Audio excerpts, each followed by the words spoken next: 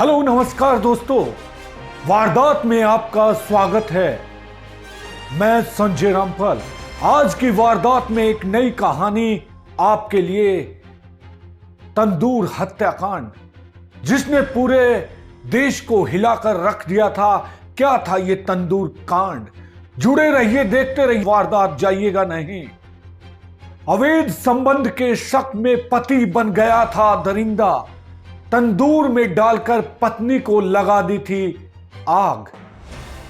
जी हां, 1995 की रात करीब 1 बजे दिल्ली के होटल के रेस्तरां में तंदूर के अंदर एक शव जलाने की कोशिश की गई थी। एक पति ने अपनी पत्नी को जला दिया था।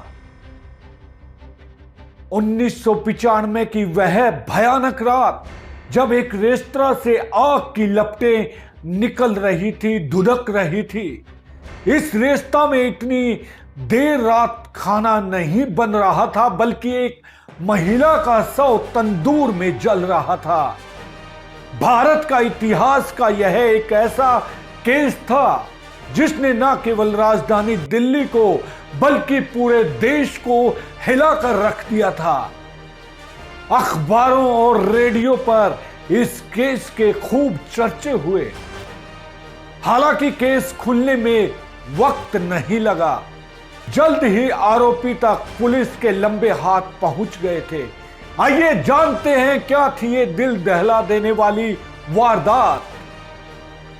2 जुलाई 1995 को गोल मार्केट के सरकारी फ्लैट नंबर 82A में रात के 8:30 बजे यूथ कांग्रेस पूर्व नेता सुशील ने अपनी पत्नी नैना को किसी से फोन पर बात करते हुए देखा था।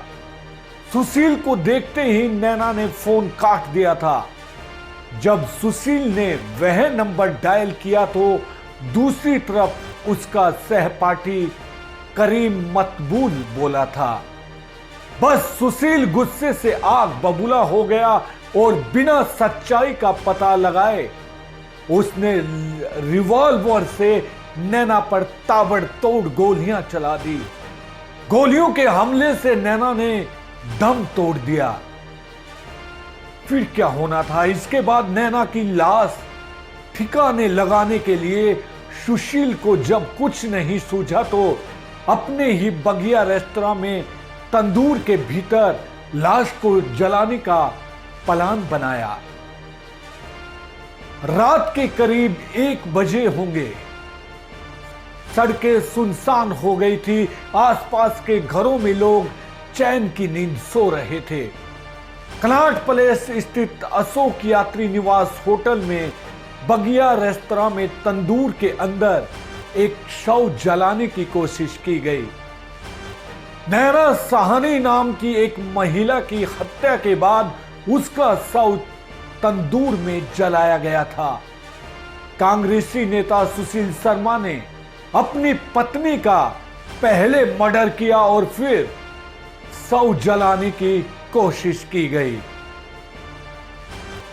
सुशील को नैना पर शक था, जिसके चलते उसने उसे गोली मार दी और उसकी लाश को पॉलीथीन में एक पैक किया और फिर कपड़े में लपेटा, लेकिन उठा नहीं पाया तो घसीटकर कमरे से अपनी कार तक ले गया।